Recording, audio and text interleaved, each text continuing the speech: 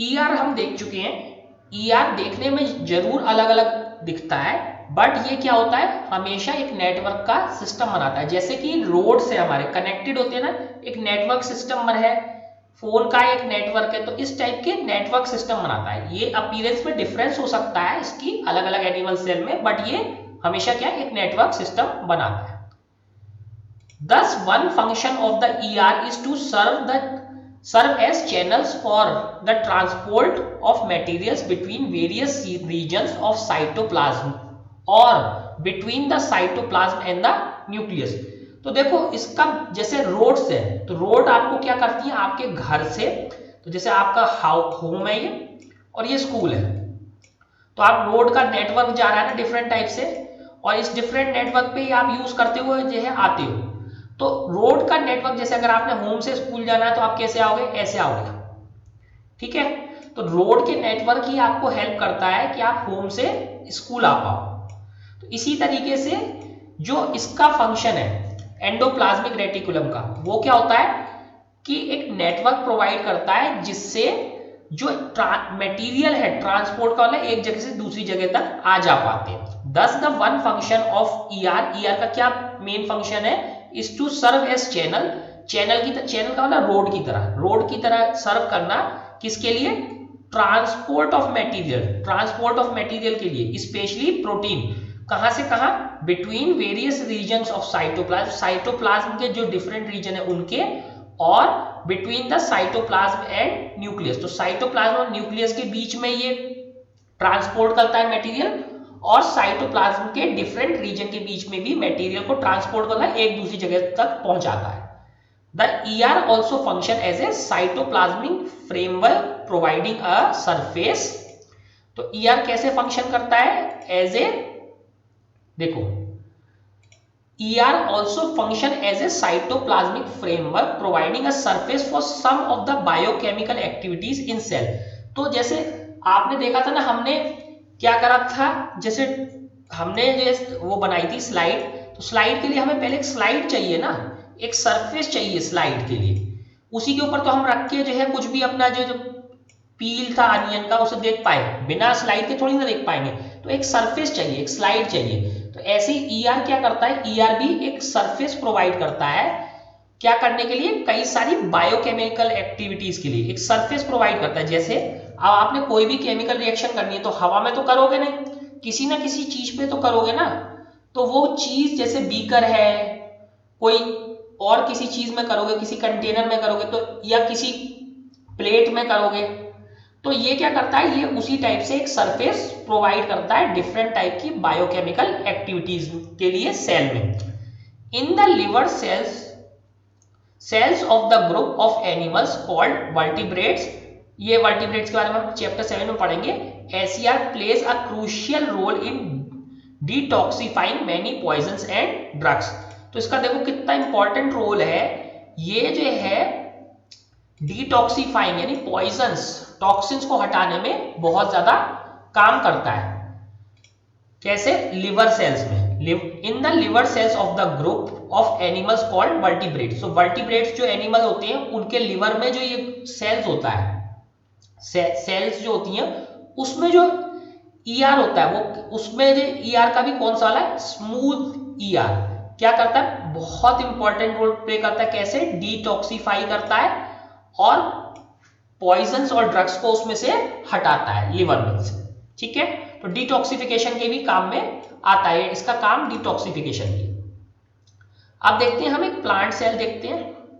तो plant cell देखो, plant cell पे देखो एक्सटर्नल ये वाली जो लेयर है ये देखो काफी थिक है, तो इसमें केवल मेम्ब्रेन नहीं है, यहाँ पे सेल वॉल भी है। तो इसमें देखते हैं क्या क्या है प्लांट सेल में। सबसे पहली चीज तो प्लांट सेल में क्लोरोप्लास्ट है, ठीक है, क्लोरोप्लास्ट है जो उसमें नहीं था एनिमल सेल में। साइटोप्लाज्म यहां भी है, साइटोप्लाज्म यहां भी है, साइटोप्लाज्म। इसके बाद देखो राइबोसोम्स यहां पे भी है, माइटोकॉन्ड्रिया भी है यहाँ पे, माइटोकॉन्ड्रियन। देखो सेल वॉल थिक है, इसके सेल वॉल के साथ एक और सेल वॉल है एडजेसेंट, मतलब साथ में लगी हुई एक और सेल वॉल है। लाइसोसोम उसमें भी थे, RER सेम RER रफ वाले, देखो रफ वाले क्यों, इसके ऊपर देखो अगर देखोगे छोटे छोटे राइबोसोम्स अटैच्ड है, तो इस वजह से ये क्या है रफ। क्लोरोप्लास्ट है इसमें फिर एक और, ठीक है, एक क्लोरोप्लास्ट ये था, एक क्लोरोप्लास्ट यहाँ है। न्यूक्लियस इसमें भी होता है, न्यूक्लियस अगेन इसमें भी है। गोल्जी एपरेटस भी है इसमें, गोल्जी एपरेटस एनिमल सेल में भी था। न्यूक्लियर के ऊपर जो है न्यूक्लियस के ऊपर एक मतलब एनवलप है, यानी उसका कवर है, तो उसे क्या कहते हैं न्यूक्लियर एनवलप। और अंदर क्या है एक पहले की तरह प्लाज्मा मेम्ब्रेन, और अंदर ये क्या हो गया हमारा न्यूक्लियस, ठीक है। तो लगभग सेम है, कुछ चीजें डिफरेंट है, जैसे क्लोरोप्लास्ट नहीं था उसमें, और ये एक मेम्ब्रेन जो एक्स्ट्रा सेल वॉल थी वो नहीं था, तो ये चीजें हमारी नई है इसमें। अब सेकंड हम पढ़ेंगे गोल्जी एपरेटस के बारे में। The Golgi apparatus first described bye Camillo Golgi. तो किसने जो है पहली बार इसको डिस्क्राइब किया था, कैमिलियो गोल्जी ने। Consist of a system of membrane bound vesicles. तो वेसिकल्स जो है क्या होती है फ्लैटेंड सेक्स, तो जो चपटे फ्लैट होते हैं, फ्लैट सेक्स का मतलब जिसमें जैसे ट्यूब्स होती हैं फ्लैट ट्यूब्स टाइप से, तो इसमें क्या होती हैं फ्लैट ट्यूब्स टाइप से।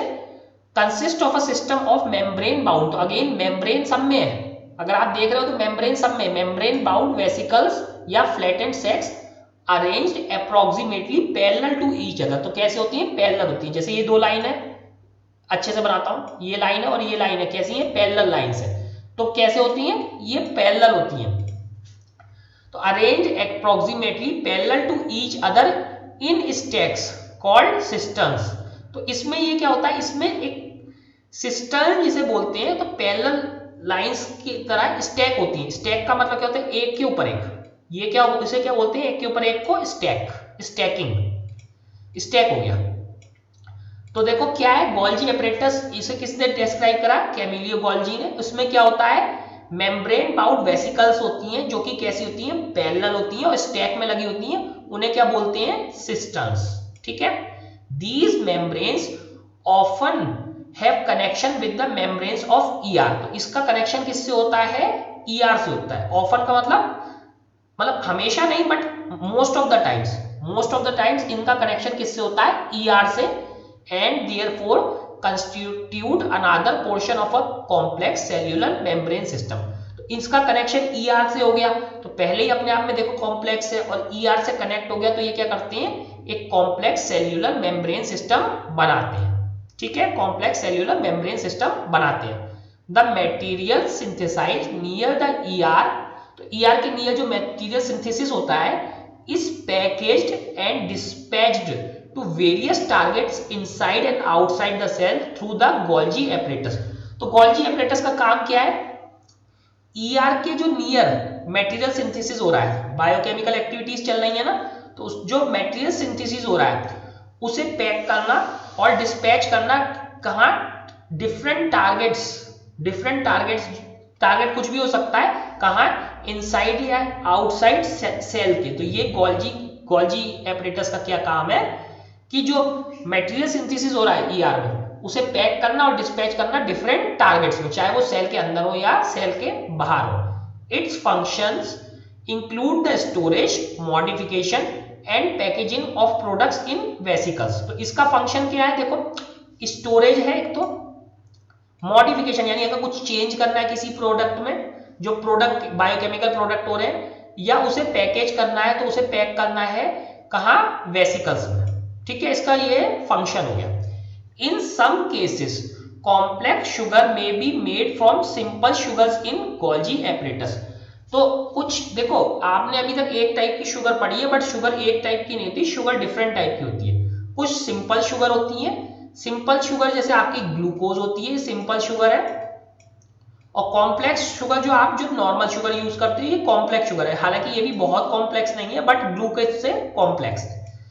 तो क्या होता है इन सम केसेस कॉम्प्लेक्स शुगर में be made from simple sugar, तो इस इन द गोल्जी एपरेटस। तो ये क्या करता है गोल्जी एपरेटस कॉम्प्लेक्स शुगर बनाता है सिंपल शुगर से। The Golgi apparatus is also involve in formation of lysosome. तो लाइसोसोम बनाने का काम भी ये गोल्जी एपरेटस करता है।